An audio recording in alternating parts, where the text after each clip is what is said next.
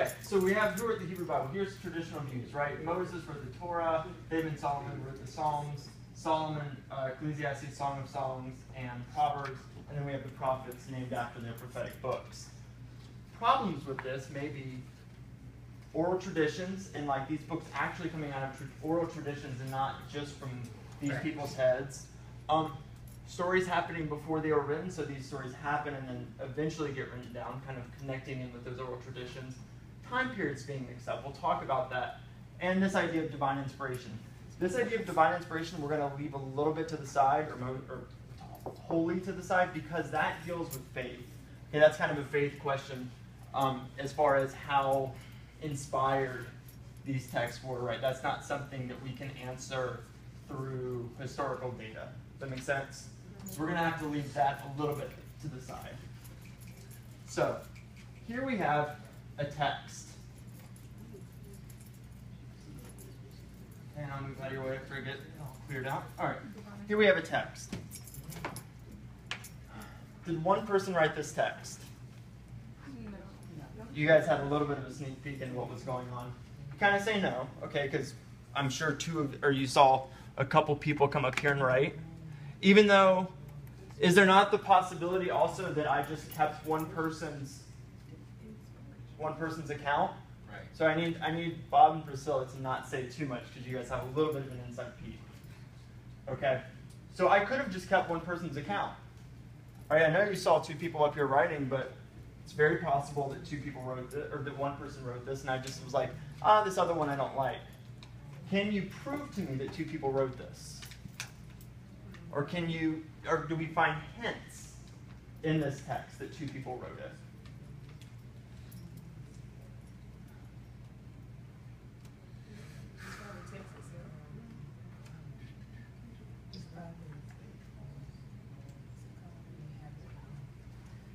Bridging in the writing.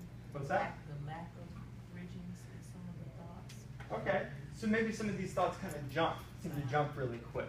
The style of writing kind of changes. Right. Where's some stylistic differences? How are you seeing that? He still does it, like, the short, like, it's more, I don't know, it's just different. The way it's on point, like one person. Hold on a second, let me hear Jay.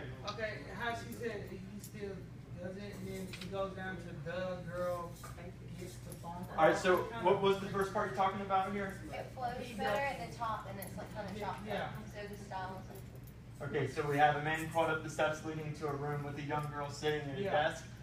Is this going to keep going with the same one? No. Yes. First was narrator. I think No, so. it is. I don't know. So this is a maybe. We're kind of unsure. Yeah. So we'll kind of dot this here, maybe.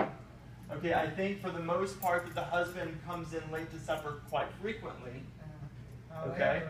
However, as always, he promised not to be late for supper. That flows in that second one. That flows in the second. So these two flow together? They flow together. I believe. Okay. He still does it. I don't know. I think that's the That one's the change. same one because you can see where he's kind of However, now. as always, he promises not to be late for supper. He still does it. Maybe kind of keeping that together. No, it's okay. This is difficult, right? This isn't like just. Now he has been in an automobile accident and now he's gone. Yeah, that's That's still the something same. else. That's the same. I think he's continuing his account. I think. Okay. The girl gets a phone call. That's He still does it. That's totally different right Tells there. her a body was found. Should or should not be in punctuation, is that what you're saying? What's that? Well, we're trying to figure out where certain pieces start and begin. Oh, okay. Right? If we can tell there's multiple accounts here. It says he still does in that one sentence, and right after it says now he has been in an automobile accident. Yeah, so that seems like a really weird break, right? Wouldn't it still does mean he's like still doing it, not dead? Right. Or maybe So maybe a he different writer. he says he'll be late, but he still is. Right. Yeah. Then the next sentence kind of Now he has been in an automobile accident. Now he's gone. like kind of implies that he's there, and then now he's gone. Okay. The girl gets a phone call that tells her a body was found by a bridge, and they think it might be her husband. Always tell your loved one that you love them. So what does the first sentence have to do with any of the rest of the paragraph? Yeah, the first sentence doesn't. It seems like it doesn't have anything to do with You know how you read I somebody. could see Can I- with can I say a different transition. Yeah, Kaya's got a point.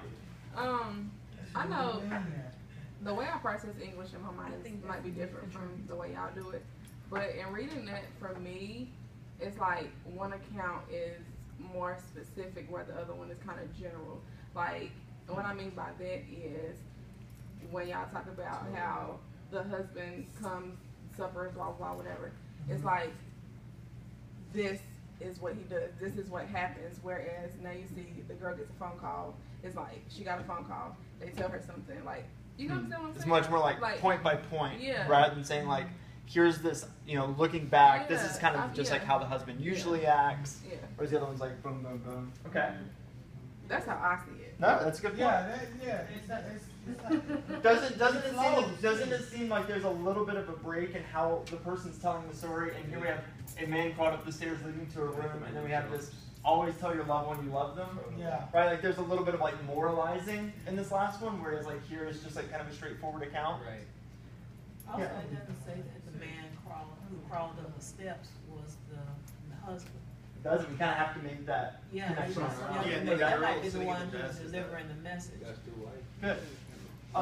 Let's see. Bob, you were one of the ones that had right? Where does yours stop? A man crawled up the steps leading to a room with a young girl sitting at a desk. Full stop? Okay, where does yours pick up again?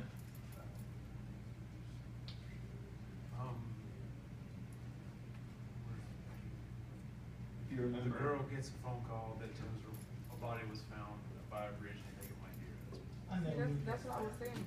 The way he wrote it. Right? So now let's see if we can read these separately. Okay, so the first account is a man crawled up the steps leading to a room with a young girl sitting at a desk. The girl, right here we have a man, the girl, right? But kind of we can see that style's kind of connected. The girl gets a phone call that tells her a body was found by a bridge and they think it might be her husband. Right? Really to the point, really simple, just kind of summarizing what's seen. Yeah. Our other account, I think for the most part that the husband comes in late to supper quite frequently. Here we have kind of like wondering if this is a general thing that happens. Right? However, as always, right? But in this movie, right, we just see it once. But this author, Priscilla, is kind of implying that this is a frequent thing. Right? As always, he promises not to be late for supper. Let's talk He about still doesn't. Now he has been in an automobile accident and now he's gone. Always tell your loved one. And we see how like now he's been in an automobile accident and now he's gone. So always tell your loved ones that you love them. Right? We see how those connections come together. Yeah. Okay. It's a young girl, and then it talks about a husband. Now, was the young girl the wife of that man who was considered the husband? What is the relationship? From this, we don't know. Right? From this text, we don't know. And from the movie, you even have to make that implication. Right? No, it's true. It's true. And right now, we're not trying to figure out too much about the story itself, other than trying to figure out authorship. Right? Trying to see where these styles differ. Now, this very thing right here, what we just did, is what biblical scholars do when they look at the text. Okay? They look at the text and they say, hold on, it looks like we don't have just one person writing this. Because we've got these differences in style.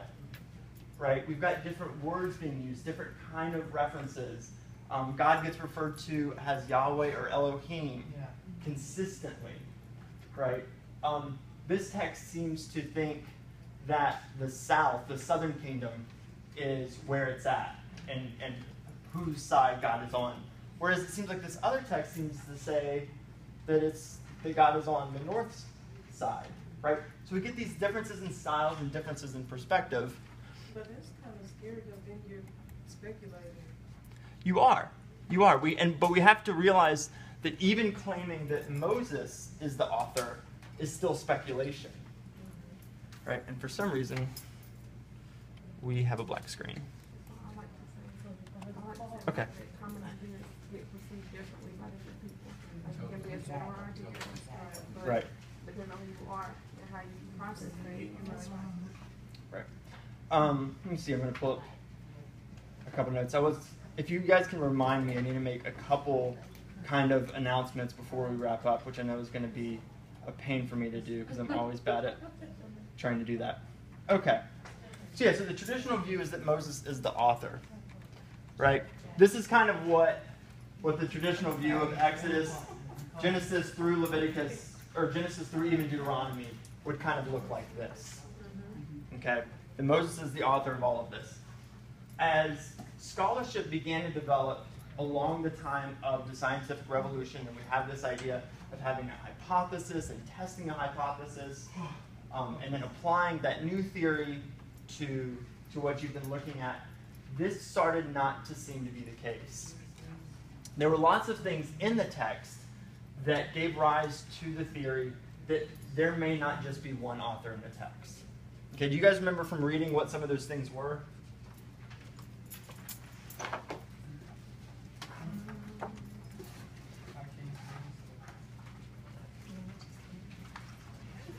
Any of the things that might have made scholars start to question whether this was the case? Well, what was the first thing that the thing that we just did? Yeah, just going through the text. Good. So we have differences in style and syntax. Right, how sentences are put together. Right. We also have differences in perspective.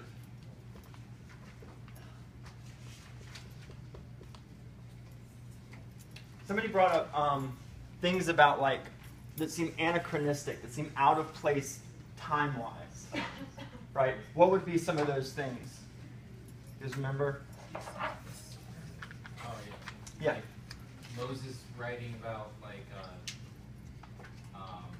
the Garden of Eden, like he's right there witnessing it or something. Okay. So we have both Moses writing about ancient history, but not only that, we have Moses writing about the future, right? About his own death and what happened shortly thereafter, right? Moses was writing about, what's the word? He was writing about himself. I can't think of the word. How humble he was. Oh yeah, it seems really interesting for somebody to be like Moses, who was the humblest person ever, and he's like, oh yeah, right? Right. Yeah, you have that kind of thing not quite seeming to make as much sense. Seems to be something that somebody would say about somebody. Right, he was saying Right. how humble he was, but How could you write that yourself, right? Yeah, in the same sense that the text also says, never has there arisen a prophet like him. Right? Unless he was just like, look, there's nobody who's going to be as badass as I am. Like, I'm just going to tell you. I'm going to tell you now. Right? So things like that, right? That seems like the future looking back and saying this about Moses. Can I Good. ask a question real Yeah. quick? And if it's too religious, you just say religious, No, sure. and I'll be like, okay. What? Okay, when he brought up, like, the example of Moses writing about the garden and whatnot, okay, would this be referring to Moses writing before everything was washed away with the flood? Before the flood? Yeah. Well, so Moses in the text lives after the flood. Okay. Yeah. Okay, so with that, where would this information come from? How would he be able to write? I mean, unless it was passed down like... That's what I'm saying. See, even then we have this idea Where of would it being be passed passed down. down from? Right, well, from Noah and Noah's family. Would be kind of the implied idea, or the more religiously tinted idea of all of this past history being revealed to Moses, right? Are two kind of religious explanations for this. Yeah. You have things like Moses referring to Ur. Remember that city we looked at? Ur of the Chaldeans. However, the Chaldeans are not around, and they're not in Ur, by any stretch of the imagination, during Moses' time. Right? And so there's this, like, I mean, I guess, you know, if we want to say that he is prophetically writing this, you know, why would he not reference the present inhabitants of Ur, as opposed to the Chaldeans who would be living in it later? We have phrases like, beyond the Jordan. Right? And when the text says things such as beyond the Jordan, right, if we remember, we've got here the Dead Sea and the Jordan, right, it has another little lake up there. And here is kind of where Israel eventually lands. When it's referring to things beyond the Jordan, Moses, according to the text, only gets to here. Moses does not go into the land, right? And so you would think if it says beyond the Jordan, it would be talking about land east of the Jordan. However, when we read the text and it talks about lands beyond the Jordan, it is talking about places east. It's looking the other direction when it says beyond the Jordan. So there's another hint that maybe this text was not written traditionally by Moses, but was written by people who were actually in Israel at that time, or who would have had that location as a frame of reference. Well, how about the repetitions? Repetitions, good. Repetitions are often called doublets in biblical scholarship. And this is when we have two stories or multiple stories that seem to be like kind of repeating itself. Right, here's one from Genesis, from the flood. Right, from all living things, from all creatures, you were to bring a pair, male and female. Remember we did this when we looked at So You Think You Know the Old Testament. Right, so we have just a male and a female of all creatures, from all living things. Right, no matter if they're a bird or livestock, every little living thing that crawls, a pair. But here in Genesis 7, we have from every clean, take 7. From every unclean, take 1 pair. Right? So a difference. And here may be a difference of perspective. Maybe this is like the more traditional telling, and this is a more priestly telling, right? Where we have these categories of clean and unclean. Okay? So yeah, we have these things that are called doublets. They kind of give rise to this idea that maybe we don't have a single author, right? But maybe we have multiple authors. And it's all of these things together that got the community thinking. And out of that community came a guy named Julius Wellhausen. He's in your textbook. I'm not going to try to spell his name for you. Well, I will. Sorry. I realize you guys are all taking notes. And like, I would hate if a professor just like, I said it. So let's see. Julius. His name is luckily German, so. And what did he do? He put forth a theory called the called the documentary hypothesis. Go back over here and write that down. It's on page Not a 132. problem. Documentary hypothesis. Hypothesis. Because what he saw when Wellhausen looked at the text was not this single beautiful picture, but almost like multiple puzzles that have been put together.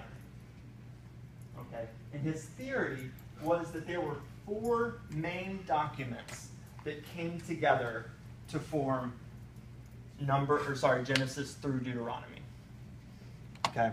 So instead of it looking like this, what Wellhausen and others who followed him eventually saw the text as is a little bit more like this. Redactor is just another word for editor, and I would say don't worry about this one for now. We will be looking at the Deuteronomist, and there's a reason it's not in this graph, because you notice where this graph ends with numbers. After Numbers is Deuteronomy, and for the most part, that is where the Deuteronomist begins, and he works through Samuel and Kings. Okay. So this is the picture that Wellhausen kind of puts together by looking at these different perspectives, this different language that's used. Okay, so let's kind of take a look at exactly how these people break down. Okay, and I'll put all this up online so you don't have to fret about copying this whole thing. I'd rather just have a good conversation about it. Can I step out real quick? Yeah. Me too. If you, look, I'm not going to stop somebody from using the bathroom if you need to go. Just go. Okay.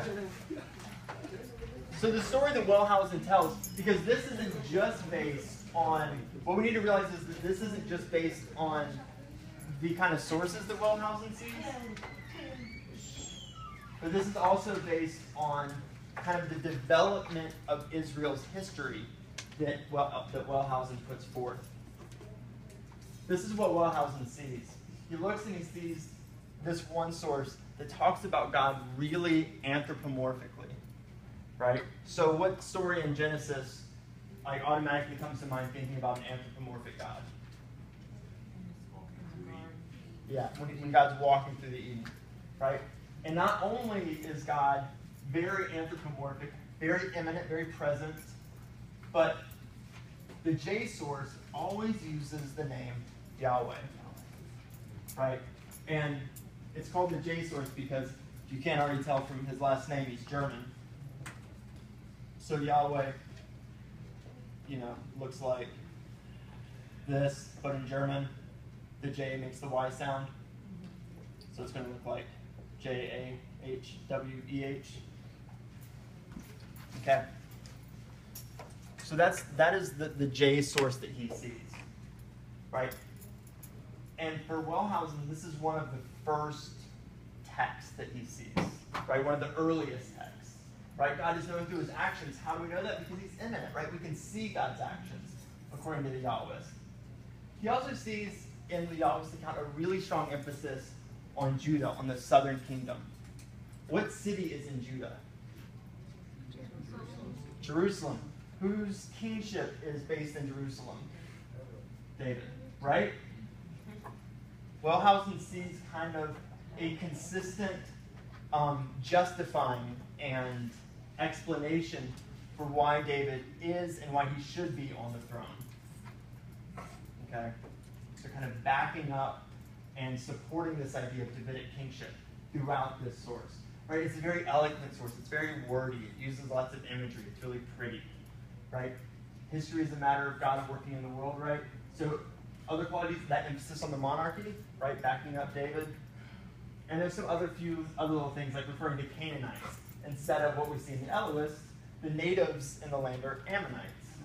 Or Amorites, sorry. Right? And this is where we start seeing some differences.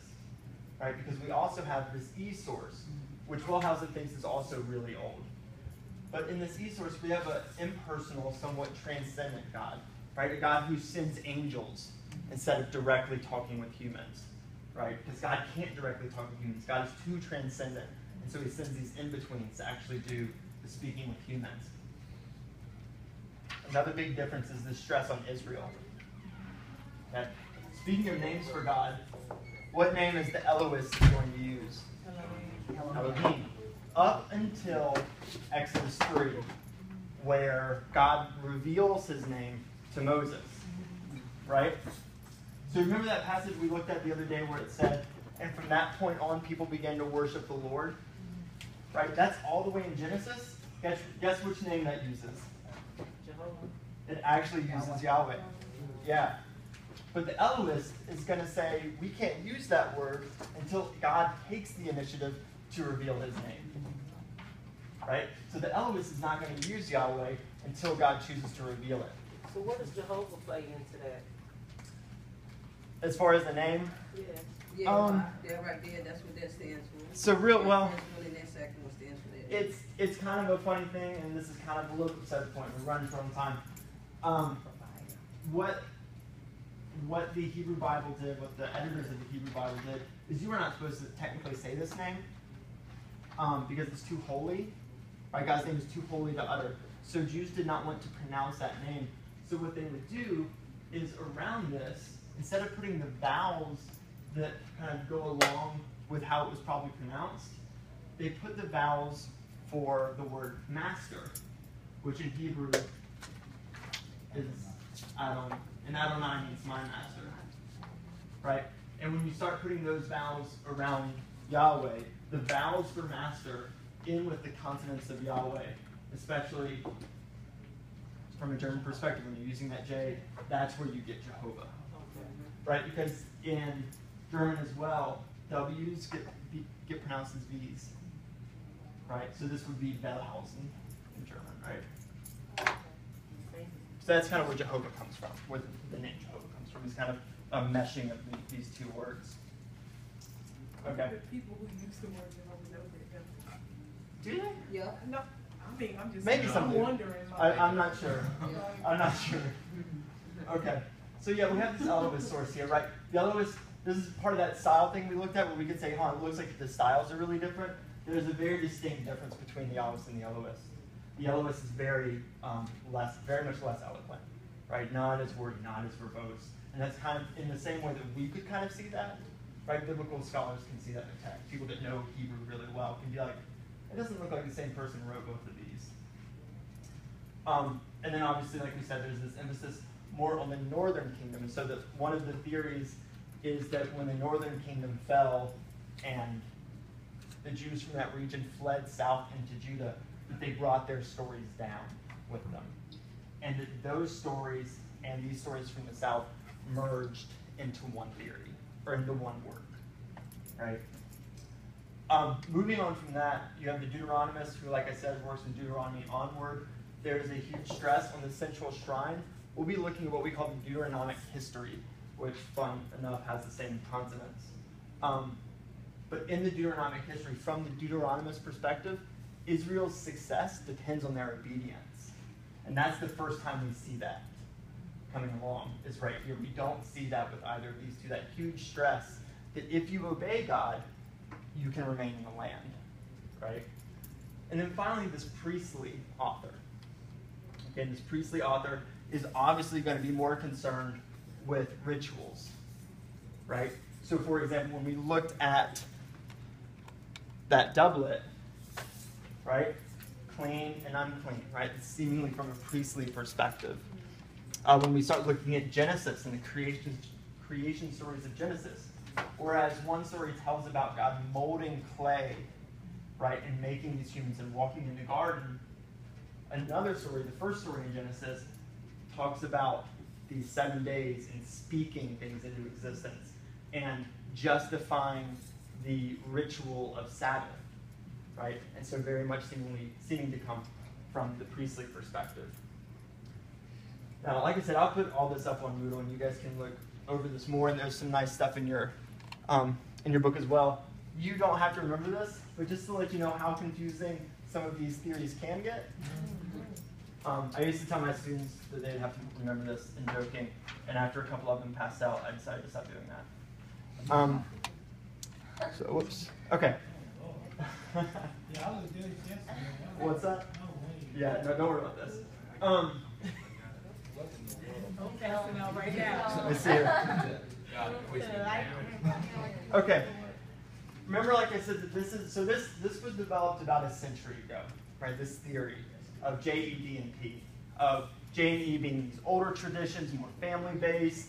Then when you have a more centralized government, you can start trying to understand your stories in light of that. And then once the temple is destroyed and now you have priests playing a much more prevalent role, then you have this priestly stories kind of come back in. So they chop bits and pieces from different styles. They don't even know who the author is, but just different styles. Right. Well, and they just threw them all into one work. This is where the theory. This is what we'll kind of use the last few minutes to talk about.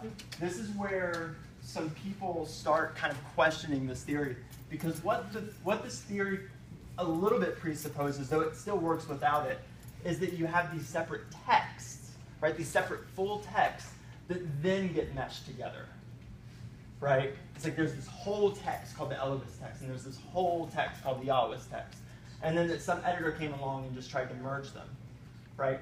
Some other theories that, and your book does a really good job of showing how this theory might not be completely true, even if it does a really good job and started the ball rolling as far as us being able to identify these different sources.